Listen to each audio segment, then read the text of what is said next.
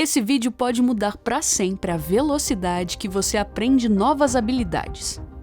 Duas pessoas podem estudar a mesma coisa, pelo mesmo número de horas, e ainda assim ter resultados radicalmente diferentes.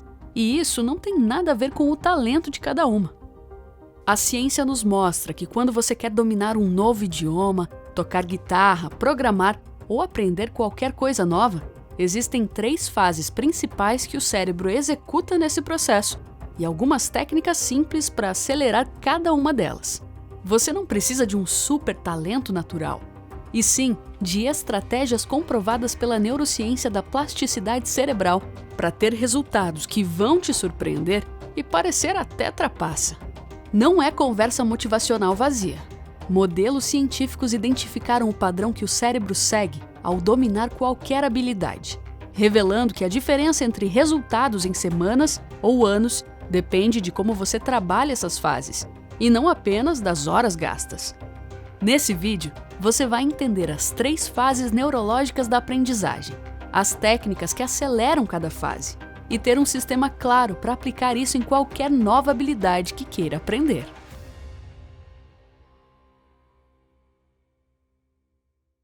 Antes de entrar nas 3 fases, precisamos eliminar a crença que mais bloqueia a aprendizagem rápida, que é a ideia de que talento é algo fixo, que você nasce com ou sem. Durante décadas, acreditou-se que o cérebro adulto era relativamente imutável, que após certa idade você tinha o que tinha e pronto. Mas pesquisas em neuroplasticidade demoliram completamente essa visão. Michael Merzenich, neurocientista da Universidade da Califórnia em São Francisco e um dos pioneiros no estudo da neuroplasticidade, demonstrou algo revolucionário.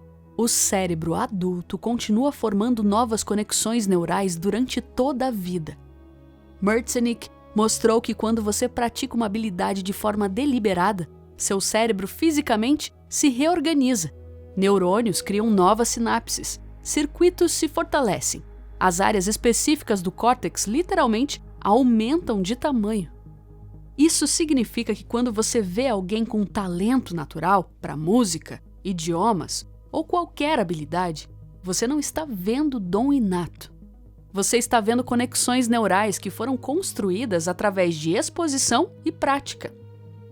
A boa notícia é que essas mesmas conexões podem ser construídas por você, a qualquer idade, quando você entende como o processo funciona.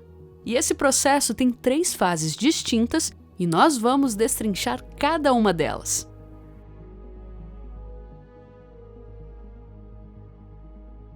A primeira fase é a codificação inicial, também chamada de encoding.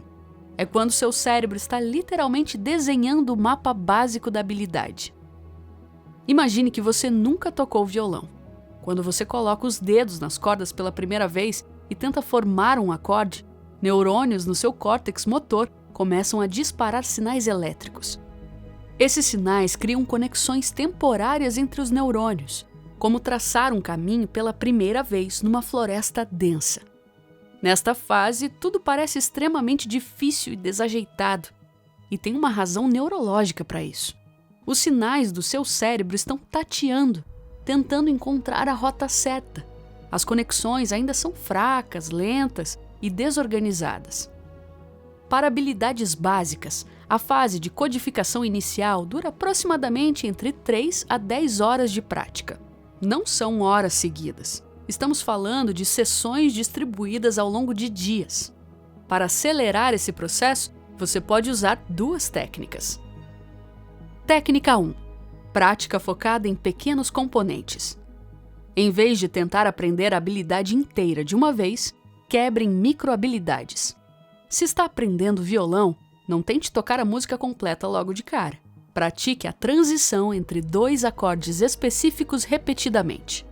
Pesquisas de Anders Ericsson, psicólogo que estudou expertise por décadas, mostrou que prática deliberada, focada em componentes específicos e desafiadores, acelera dramaticamente a formação de circuitos neurais. Técnica 2. Feedback imediato. Durante a codificação, seu cérebro precisa saber se está no caminho certo. Então, o feedback imediato, seja de um instrutor, um aplicativo, ou simplesmente ouvindo o som que você produziu, permite que o cérebro ajuste rapidamente.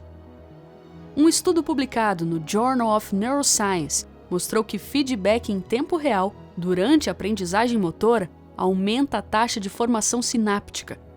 Uma vez que o mapa básico está desenhado, seu cérebro entra na segunda fase, onde a mágica realmente acontece.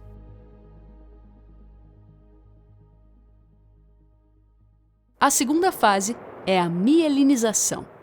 Aqui, o cérebro identifica que certos circuitos neurais estão sendo usados repetidamente e faz algo extraordinário. Ele envolve os axônios desses neurônios com uma substância gordurosa chamada mielina. Mielina funciona como isolamento elétrico, similar ao revestimento plástico ao redor de um fio. Quando um neurônio é mielinizado, os sinais elétricos viajam até 100 vezes mais rápido. É por isso que as habilidades começam a parecer naturais e fluidas depois de um tempo. O que antes exigia pensamento consciente e esforço, agora acontece quase automaticamente. Você não precisa mais pensar em cada dedo no violão. Seus dedos simplesmente vão para o lugar certo. Daniel Coyle, no livro O Código do Talento, documenta extensivamente pesquisas sobre mielinização. Estudos com ressonância magnética mostram que músicos profissionais têm mielina significativamente mais densa em áreas motoras específicas do cérebro comparados a não músicos. Um estudo particularmente fascinante de Bengtson e colaboradores, publicado no Journal of Neuroscience em 2005, comparou pianistas profissionais com não músicos. Os pianistas tinham maior densidade de substância branca, mielina, em áreas cerebrais que coordenam movimentos finos dos dedos, e essa densidade correlacionava diretamente com as horas de prática. A mielinização significativa começa a acontecer após 20 a 50 horas de prática deliberada e continua se fortalecendo com centenas de horas de uso repetido. É importante entender que a mielinização não acontece de uma vez. Ela se constrói através de repetições ao longo do tempo, com intervalos entre as sessões. Estudos mostram que praticar 1 hora por dia durante 5 dias produz mielinização muito mais eficaz do que praticar 5 horas em um único dia. Por quê? Porque durante o sono entre as sessões, o cérebro consolida as conexões e aumenta a produção de mielina. Uma meta-análise de Cepeda e colegas, publicado no Psychological Bulletin em 2006, demonstrou que distribuir a prática ao longo do tempo aumenta a retenção em até 200% comparado à prática concentrada. Além do espaçamento, a mielinização é maximizada quando você pratica no limite das suas capacidades atuais. Não tão fácil que está no piloto automático, mas não tão difícil que você erra constantemente. Pesquisas mostram que existe uma zona ótima de dificuldade, onde você acerta cerca de 70% a 85% das tentativas. Nessa zona, seu cérebro está sendo desafiado o suficiente para fortalecer conexões sem entrar em frustração paralisante. Com mielinização suficiente, a habilidade começa a migrar para a terceira e última fase.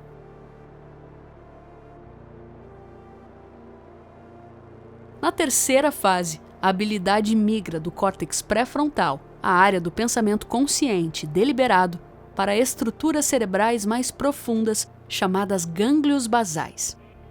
Os gânglios basais são responsáveis por comportamentos automáticos. Quando você aprendeu a dirigir, inicialmente precisava pensar conscientemente em cada ação: embreagem, câmbio, espelho, volante. Hoje você dirige conversando, ouvindo música e pensando em outras coisas.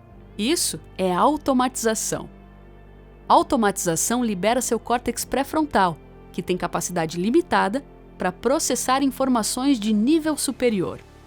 Um guitarrista iniciante usa todo o poder de processamento consciente só para formar acordes.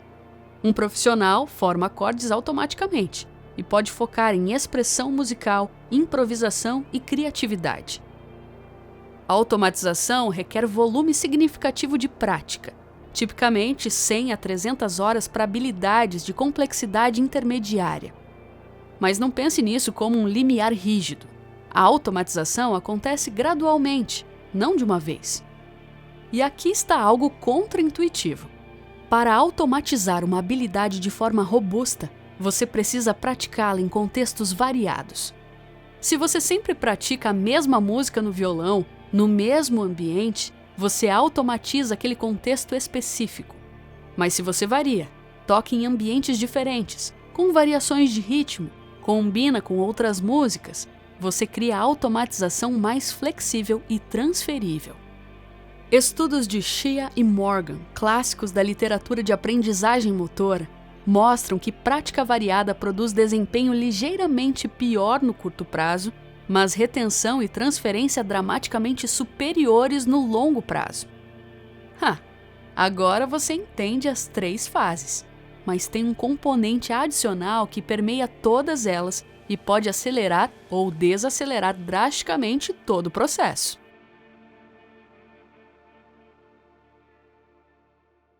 Sua mentalidade durante o aprendizado não é só psicológica. Ela altera a bioquímica do seu cérebro de formas que facilitam ou bloqueiam a formação de novas conexões. Carol Dweck, psicóloga de Stanford, passou décadas estudando o que ela chama de Growth Mindset versus Fixed Mindset. Growth Mindset é a crença de que habilidades podem ser desenvolvidas através de esforço e estratégia. Fixed Mindset é a crença de que você tem ou não tem talento para algo. Em estudos controlados publicados no Journal of Personality and Social Psychology, Dweck demonstrou que pessoas com Growth Mindset aprendem mais rápido, persistem mais diante de dificuldades e alcançam níveis superiores de performance. Mas aqui está a parte fascinante. Essa diferença não é só comportamental, é neurobiológica.